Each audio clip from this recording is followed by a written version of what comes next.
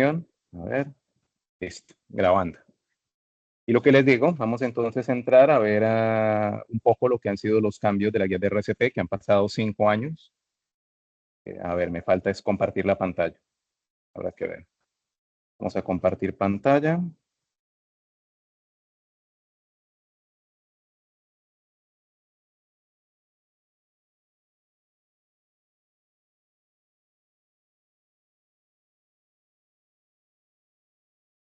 Vale, ¿se ve? ¿Sí? ¿No? Sí, se ve, se ve. Vale, vale, vale. Pues venga. Vale, entonces lo que les decía. Está dirigido sobre todo a ver cuáles son los cambios. Ya luego tendremos tiempo para hablar con especificidad de algunas cosas. Pero bueno, tengan en cuenta que han pasado esos 5 años desde las guías anteriores. El motivo por el cual se van revisando estas guías es con la intención de garantizar más supervivencia en el paciente que sufre parada cardiorrespiratoria, ¿vale? Porque siguen siendo muy alta la mortalidad, sobre todo en el paro cardíaco que es no presenciado. Por tanto, creen que con la implementación correcta de los protocolos y de manera homogénea, probablemente las tasas de supervivencia podrían mejorar hasta un 30% en las paradas cardíacas extrahospitalarias.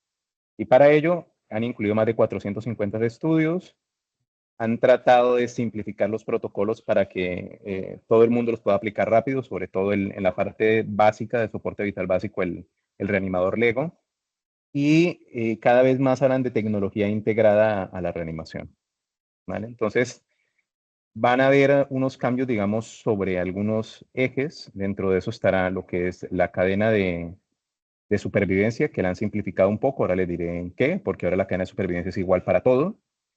Ha cambiado algo en la farmacología respecto a, específicamente, y lo importante es que se ha eliminado la vía endotraqueal para administración de fármacos, que todavía parecía como una opción. Y luego cambios que, aunque no nos corresponden más a nosotros, gracias a la fortuna de que no estamos en un sitio donde solemos ver embarazadas, pero puede llegar a pasar, se prefiere el desplazamiento uterino sobre la inclinación lateral para mantener la calidad de la RCP en la paciente embarazada que está en paro. Y luego, derivado de la crisis de opioides, sobre todo en Estados Unidos, porque ya saben que hay poblaciones que a partir de no solamente del fentanilo, sino previamente de lo que fue la introducción de la oxicodona, como le pasaba a House, pues hay un 30% de población en algunos estados y en algunas ciudades donde hay dependencia a los opioides y por tanto también hay intoxicaciones por opioides, entonces lo han integrado entre los algoritmos de soporte vital básico en el caso de que se llegue a disponer pues, de naloxona para administrar. Eso es lo que digo de la cadena de supervivencia unificada. Si se dan cuenta, va desde el reconocimiento y activación de emergencias, pasa por el RCP de alta calidad, desfibrilación, la reanimación avanzada, la atención postparo cardíaco y la recuperación y supervivencia. Entonces, cada uno de estos anillos es fundamental y si se dan cuenta, el primero de todos es el reconocimiento y activación de la emergencia. Y en eso se va a centrar mucho porque realmente la supervivencia de los pacientes en gran medida dependerá de qué tan rápido podamos acceder a un soporte vital avanzado. ¿Vale? Una cosa que van a establecer mucho, si se dan cuenta, las guías están derivadas un poco en lo que son los hot topics y una cosa que son los cambios como tal. Entonces, dentro de lo que se consideran hot topics, se refieren es a cosas que antes no se discutían ni se hablaban y que ahora son importantes en las guías. Dentro de eso, reconocen que la atención a nivel mundial pues no es equitativa, porque obviamente hay sitios donde se dispone de más cosas que de otros, como por ejemplo el acceso a los DEAs, y ya incluyen un marco ético donde estaba basado pues, en el principio de beneficencia, de no maleficencia, de autonomía, para tomar decisiones sobre el paciente que entra en parada. Y luego la AJA, sobre todo, prioriza la prestación equitativa para todo el mundo que sufre una parada cardiorrespiratoria. Entonces, si se dan cuenta, a la hora de mirar lo que es la evidencia científica, pues uno diría, bueno, pero el nivel de evidencia realmente es bajo, ¿no? Es un nivel de evidencia apenas en el 1%. Ya saben que hacer estudios aleatorizados controlados doble ciegos en pacientes en paro pues es extremadamente complicado, pero aún así hay 760 recomendaciones en la guía del 2025 y como les digo, han sido 5 años de revisión respecto a las anteriores. ¿Qué cosas hay nuevas? Por ejemplo, respecto a la obstrucción de la vía aérea, el protocolo se actualizó para hacerlo lo más unificado posible, de manera que en los adultos se dan ciclos de 5 golpes en la espalda, seguido de 5 compresiones abdominales, o sea, de la maniobra de Heimlich. En los niños, 5 golpes en la espalda, alternados con 5 compresiones abdominales. Y en los lactantes, ciclos de 5 golpes en la espalda, alternados con 5 compresiones, en ese caso torácicas. ¿Vale? Esto, vuelvo y digo, es para que sea más fácil recordarlo y facilitar el proceso de reanimación. Lo que les mencioné antes de la crisis de los opioides, digamos que de cierta manera se capacita al reanimador lego, al que está ahí en el momento en que ocurre la parada, para administrar naloxona en caso de que se sospeche intoxicación por opiáceos. Luego, es fundamental lo de la integración en protocolos de respuesta temprana de profesionales de la salud.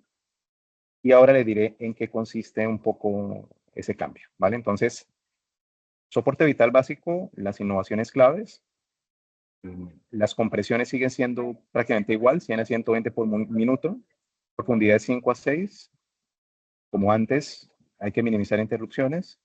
Y algo que sí resaltan mucho es que el torso del paciente debe quedar al nivel de las rodillas del reanimador, porque eso sí que ya está demostrado que si uno deja las rodillas a esa altura, generalmente hace RCP de mejor calidad. Y se especifica mucho la ergonomía del reanimador, ¿vale? El reanimador debe estar en una situación lo menos incómoda posible, sobre todo porque el vector fuerza que se genera y la calidad de las compresiones va a ser mejor, ¿vale? Otra cosa que se dice o que se ha cambiado es aquello de en qué momento empiezo yo a hacer la reanimación, ¿no? Cuando hay una parada en la calle. Ya no es paso imprescindible comprobar que el paciente respira y que realmente tiene o no tiene pulso. Sencillamente, si una persona no responde a un llamado vigoroso o si tiene jadeo, que ya se ha incluido ese término entre las mismas guías, se debería hacer compresiones. Y esto empieza un poco, que ya hay suficientes estudios para decir que, hombre, el hecho de que alguien que no esté muerto empiece a hacerle compresiones, pues será molesto, pero no le hará mayor daño. En cambio, el hecho de retrasar la reanimación en alguien que se acaba de morir o que se está muriendo, por el contrario, eso sí que lo mata más, ¿vale? Entonces se trata de, como siempre, de reducir la cantidad de tiempo entre el individuo que potencialmente está parado, que está muerto, y la reanimación. La frecuencia, ya se lo dije antes, la profundidad, tengan en cuenta siempre que a la hora de descomprimir hay que hacer lo posible para que retorne el tórax a la posición inicial, para que sea lo más efectivo posible. En cuanto a la ventilación de rescate y la relación compresión-ventilación, se mantiene lo mismo, la relación de 30-2. Y la duración de las ventilaciones debe ser más o menos de 1 segundo. El momento en que yo insuflo, debo más o menos tardar 1 segundo, viendo eso sí que hay elevación del tórax. Y en cuanto a la ventilación continua, si ya he garantizado vía aérea mediante algún sistema avanzado, de preservación de la vía aérea avanzado, pues debo de dar 10 ventilaciones por minuto sin pausar las compresiones, ¿vale? O sea, por ejemplo, intubado. Entonces, ¿qué recomendación clave hay ahora? Que ya antes se había sugerido es que hay que priorizar las compresiones. Si yo tengo un paciente, estoy en la calle, no tengo protección limitada, no importa, empezar a hacer compresiones, que de alguna manera esas compresiones generan oxigenación pasiva. En cuanto al uso del desfibrilador externo, también se resalta mucho que desde el momento en que llega el desfibrilador, hay que tenerlo encendido, ¿vale? Hay que encenderlo desde el minuto 0 lo más pronto posible. Entonces ahora la diferencia estará en que un paciente se para, bueno, más que se para, yo tengo un paciente que está en estado de inconsciencia, señor, no se mueve, lo no me contesta cuando lo muevo, inmediatamente debo activar el sistema de emergencias y tratar de conseguir, o sea, pedirle a alguien que consiga un DEA y tan pronto llega el día debe encenderse. Lo primero que hay, digamos, debe tener el reflejo de que debe retrasarse lo menos posible el uso del DEA. Se hace un análisis rápido en el cual se deben, pues en ese momento del análisis se pausan las compresiones para el análisis, pero subrayan mucho que debe ser máximo 5 segundos. No debo gastar más de 5 segundos, o más bien el equipo, el DEA, no gasta más de 5 segundos en reconocer el ritmo. Y debo hacer la descarga sin demoras. En el momento en que me dicen ritmo desfibrilable, pues compruebo que todos están fuera, ¿no? Y pulso para que descargue. Y tan pronto ha hecho la descarga, reinicio inmediatamente las compresiones de alta calidad. ¿Vale? Luego, lo que les decía, en el momento en que ya viene el soporte vital avanzado, ya hemos estado o ha estado haciendo el ego, el que haya estado ahí, pues compresiones que se esperan que sean de alta calidad. Yo debo hacer lo posible, lo más pronto que pueda, de cambiar el DEA por las palas, siempre y cuando pues, el equipo que haya llegado es un equipo de RCP avanzada. ¿Vale?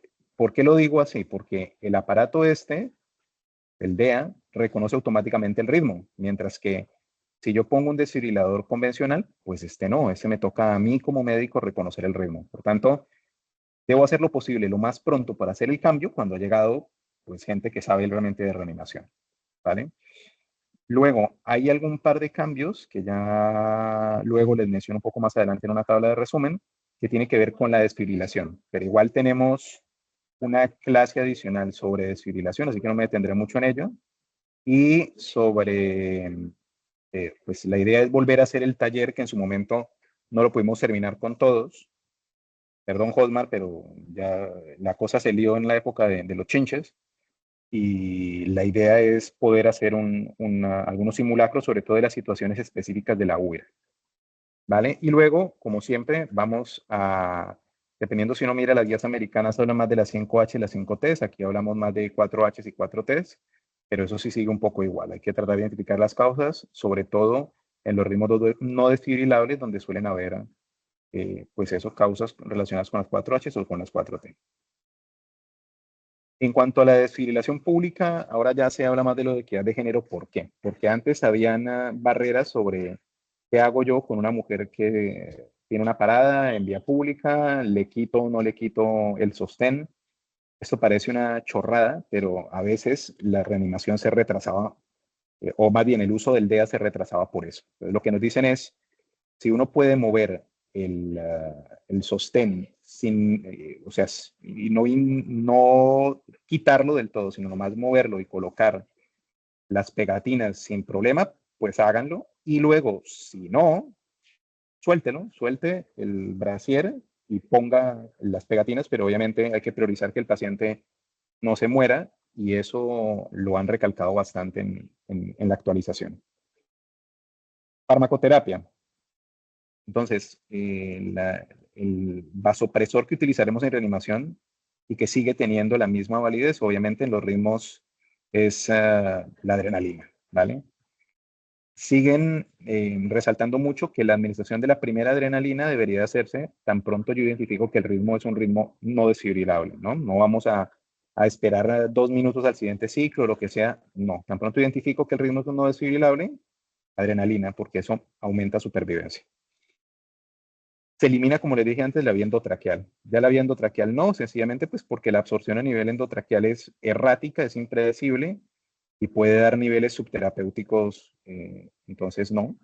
Por tanto, habrá una jerarquía de acceso vascular. La jerarquía de acceso vascular obviamente es, primero, acceso intravenoso, porque no vamos a tener una disponibilidad del 100%, pero en pacientes que no se pueda, pues tenemos el acceso intraóseo.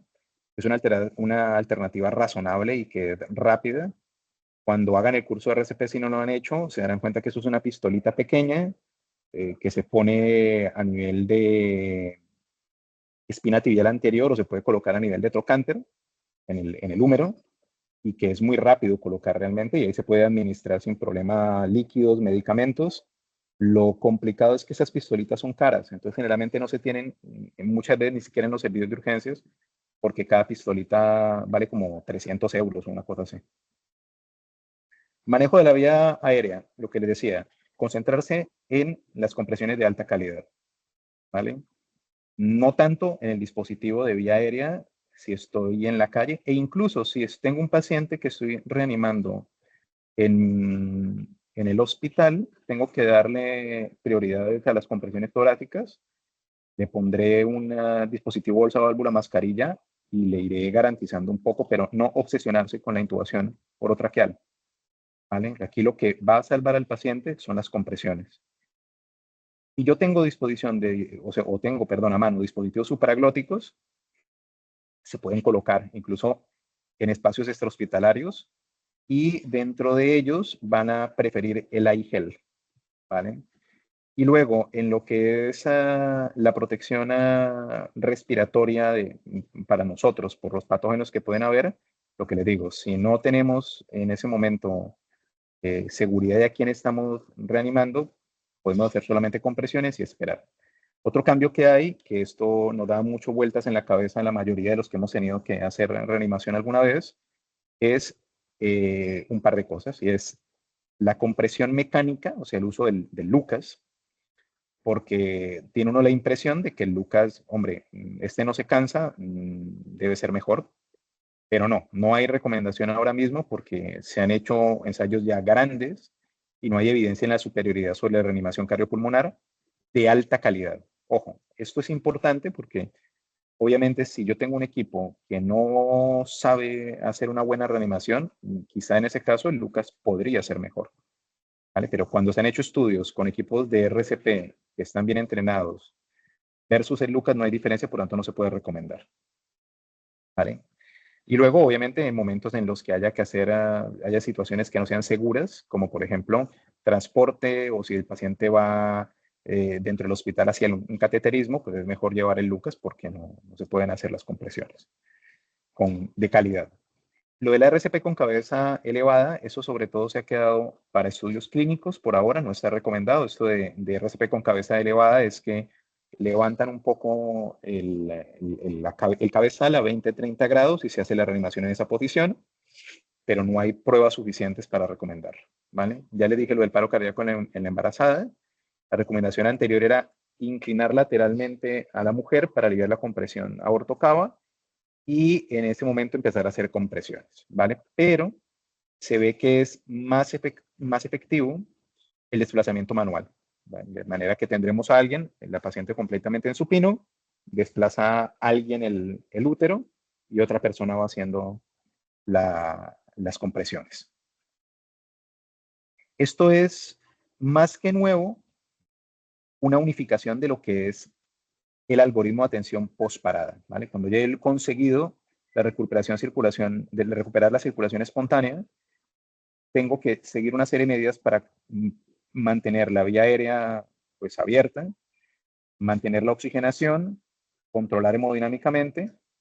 Y acá hay algo que es importante que tiene que ver con el target de temperatura, que también es un cambio. Durante muchas guías se sugirió que probablemente la hipotermia inducida podría mejorar los resultados neurológicos y demás. Bueno, pues en esa guía dicen definitivamente no hay evidencia y el objetivo realmente de la temperatura es incluso es estar cerca de los 37 grados y medio, ¿vale? Entonces ya no hay tanta incidencia sobre la temperatura al momento del cuidado post-resucitación, ¿de acuerdo?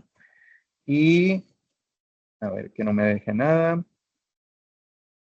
Y esto era lo que les decía de una tabla, resumen un poco de esas cosas. Ya lo hablamos de la cadena de supervivencia, ya empiezan a hablar del uso de la inteligencia artificial, pero lo recomiendan, o más que recomendarlo, dicen que la evidencia que hay es solamente en investigación ahora mismo. Hablan del uso de tecnología como por ejemplo los drones para llevar a DEAs, en cuyo caso, más de lo mismo, lo que hay que priorizar es que el que está ahí en el sitio de parada empiece a reanimar, el sistema de emergencias médicas le indicará qué mirar para saber si el paciente realmente está en paro y qué secuencia hacer, y si puede llegar un dron a entregar el DEA, pues fantástico donde lo haya. Lo que les decía, lo del jadeo, la respiración agónica o el gasping ya se considera un signo de alarma, ¿vale? Y esto, por eso les digo, evita el retraso en RCP, empezar. Los cariocompresores, que también ya lo dijimos, no uso rutinario. La naloxona que se ha integrado. Ya vieron el cambio que hay también en el atragantamiento. Y lo de los accesos vasculares, que se prefiere vía endovenosa y luego intraósea, no endotraqueal. Si necesitamos fluidos, pues lo principal siguen siendo los cristaloides, eso sí, evitando la sobrecarga, y en ese caso va cogiendo cada vez más papel hacer ecografía a pie de cama, y aunque también nos podría servir eventualmente, pues el test de levantar las piernas, aunque es difícil en un paciente que está parado, pero sí en el cuidado por resucitación. Lo que les decía de la temperatura, ahora sí es más flexible, se habla incluso hasta 37 grados, 37 y medio, y lo que hay que tratar de evitar es la hipertermia, pero ya no hablamos de meter al paciente en hipotermia inducida. La presión de arteria, las presiones arteriales medias, las que solemos utilizar. Y en el cuidado post-resucitación, ¿vale? Es importante tener al paciente con una buena analgesia y una sedación, pero evitar los bloqueadores musculares. Y lo otro que ya es en embarazadas y en neonatos, que es menos importante para nuestro día a día, pero que está incluido. ¿Vale? Entonces, a ver, yo dejo de compartir pantalla y miro que por ahí alguien preguntó que si teníamos algo en la UIR, ya les digo. Pero, hombre, a ver. De acuerdo. ¿Me ven? Vale. La pregunta era quién la hizo, me imagino que estaban preguntando sobre si teníamos pistolas para intraósea. A ver qué es lo que preguntaron, porque no me fijé. ¿Quién preguntó? Chat. Entonces, Marraes pregunta, en la UBIR no tenemos, ¿no? Me imagino que está preguntando, claro, Pau pregunta eso, yo no sé en qué momento lo pregunto, me imagino que es sobre las pistolas de intraósea, y la respuesta es no. La respuesta es no, y eso es algo que se ha ido hablando y se ha tratado de empujar un poco. Ahora con las nuevas guías lo empujaremos un poco más, porque es verdad que valdría la pena tenerlas. El problema de eso es lo que les digo, es el costo. Además que las agujas tienen caducidad. Entonces, y como habitualmente el paciente que se para en la UIR habitualmente tiene vías, pues tampoco se le ha dado tanta prioridad, aunque debería de tenerse una pistolita al menos. Preguntas, dudas. Preguntas tendrán muchas. Hubo algo que apenas les sugerí, pero no les mencioné, que tiene que ver, lo verán, con lo que tiene que ver en la desfibrilación simultánea doble, es decir, teniendo dos desfibriladores. Eso cuando hablemos de desfibrilación y en el curso, bueno, el curso no, perdón, en el simulacro lo mencionaremos mejor para que entiendan de qué va eso. Y luego otra cosa que ya se sugería antes, pero que no estaba, digamos, incluido como una sugerencia con algún nivel de evidencia, es el cambio de vector. El cambio de vector es, y yo veo que a un paciente ya le he hecho 3 desfibrilaciones, sigue en un ritmo que es desfibrilable, pero sigue parado, lo que puedo hacer es cambiar los parches o las palas de posición, sobre todo los parches, colocando uno anterior y el otro posterior. ¿Vale? Que esto va bien cuando, sobre todo, la causa puede ser, por ejemplo, un infarto de cara inferior. Cambiarlo de posición, cambiar el vector, a veces nos puede ayudar a que el paciente salga de la parada. ¿Alguna pregunta, alguna duda?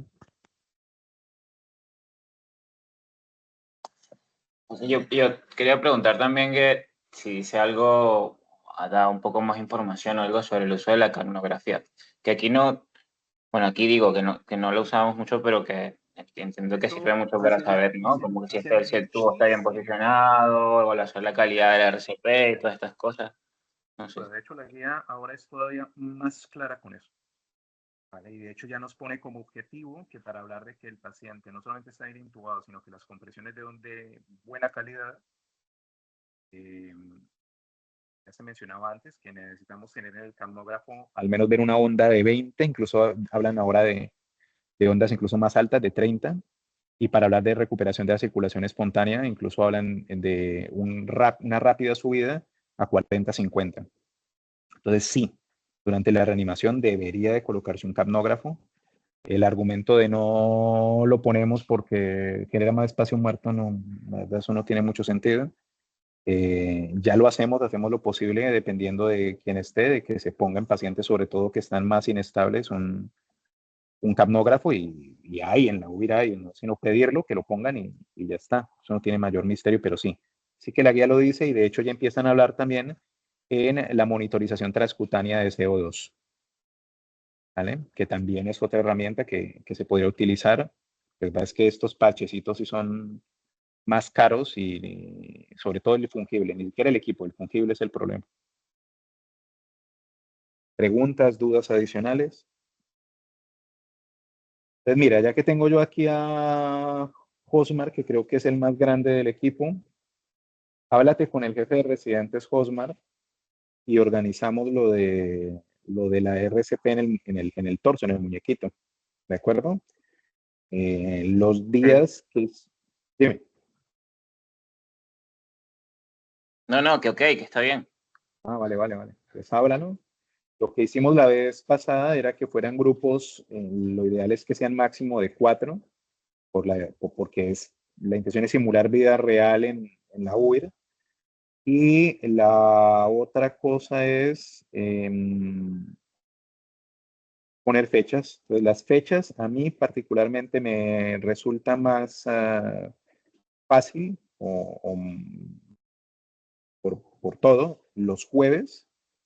Entonces, mirar los jueves qué posibilidades tienen y me dicen, ¿vale? Porque generalmente martes pues hay sesión, miércoles hay sesión, viernes es habitual que estén en consulta una semana sí, una semana no, y hay sesión de críticos. Y los lunes puede que esté o no esté porque puede estar en la RAE. Entonces yo creo que lo más fácil es el jueves. Entonces, hacer no sé, un doodle, alguna cosa así, y miramos y organizamos. ¿De acuerdo?